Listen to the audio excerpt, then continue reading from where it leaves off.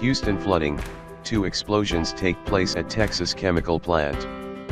Fires and 2 explosions occurred early on Thursday at a chemical plant in Crosby, Texas, that lost power due to flooding caused by Tropical Storm Harvey. Arkema, the industrial chemical manufacturer that runs the plant, later said 8 more tanks could yet burn and explode. "We believe that the safest thing to do is to allow the other 8 containers to degrade and burn," said Rich Renard, an Arkema executive, at a press conference. "These things can burn very quickly and very violently, and it would not be unusual for them to explode." Arkema said it was notified at approximately 2 a.m. by the Harris County Emergency Operations Center of 2 explosions and black smoke. A sheriff's deputy was taken to hospital after inhaling smoke, and 9 others drove themselves to hospital. Harris County ordered the evacuation of residents within a 1.5-mile, 2.4 kilometers, radius.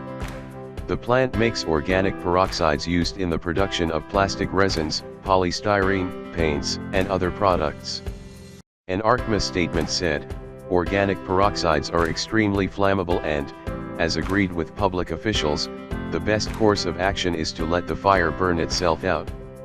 We want local residents to be aware that product is stored in multiple locations on the site, and a threat of additional explosion remains. Please do not return to the area within the evacuation zone." The blast sent up a 30 to 40 feet flame and a plume that the administrator of the Federal Emergency Management Agency, FEMA, Brock Long, told reporters in Washington was hazardous. The Texas Commission on Environmental Quality urged people in the area to stay indoors with their windows closed and air conditioners running, and to restrict physical activity. In the largely rural area surrounding the exclusion zone, officials said they went door to door to explain the situation and called on residents to evacuate, but leaving was not mandatory. At the morning press conference, local fire officials said the explosions were small and produced no toxins. "I heard the comment," Renard said. "I don't want to make any comparison on the kind of smoke that's coming from our fire. The smoke is noxious. Toxicity is a relative thing." The plant was shut down last Friday in anticipation of the storm, though 11 employees stayed on site, tasked with trying to keep chemicals safe. Those workers were evacuated on Tuesday after the facility lost power from its primary supply and backup generators late on Monday night. Harvey, which is now a tropical depression, weakened as it moved inland over Louisiana on Thursday, leaving behind record flooding that has driven tens of thousands from their homes in Texas. The storm has killed at least 35 people and forced 32,000 people into shelters since coming ashore on Friday near Rockport, Texas, on the Gulf of Mexico coast. It was the most powerful hurricane to hit the state in half a century. 6 oil refineries have begun the process of assessing damage and restarting, while 2 refineries in the Gulf Coast region are operating at reduced rates. Floodwaters toppled 2 oil storage tanks in South Texas, spilling almost 30,000 gallons, 114,000 liters, of crude oil. It was not immediately clear whether any of the spilled oil was recovered.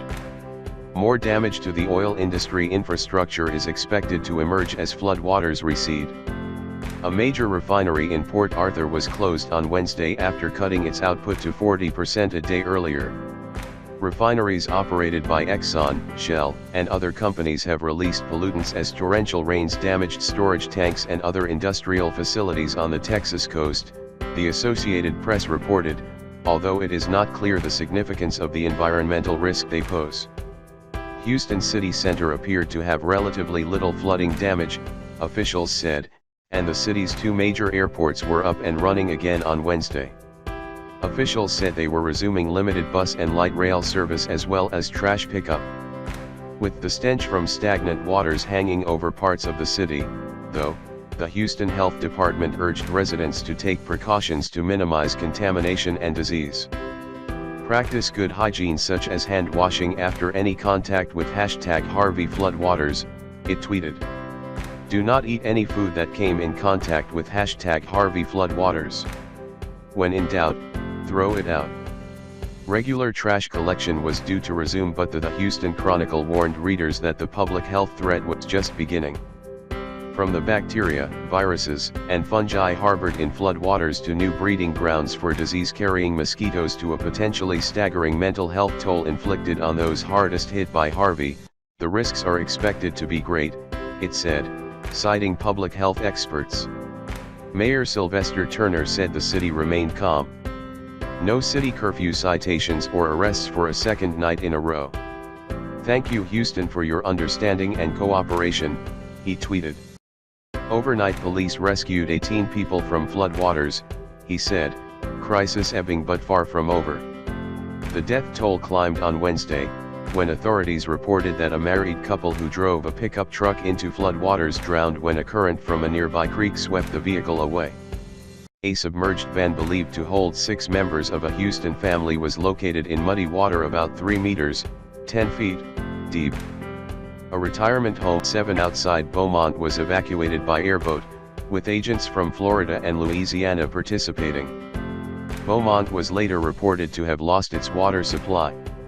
The Veterans Administration moved nurses from Dallas, 250 miles north, to relieve nurses in Houston.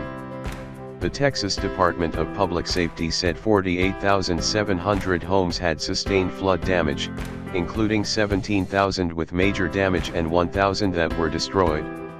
The state estimated that 700 businesses had been damaged. Vice President Mike Pence was on his way to Texas on Thursday to visit the coastal town of Rockport, which was hit hard when Harvey made landfall.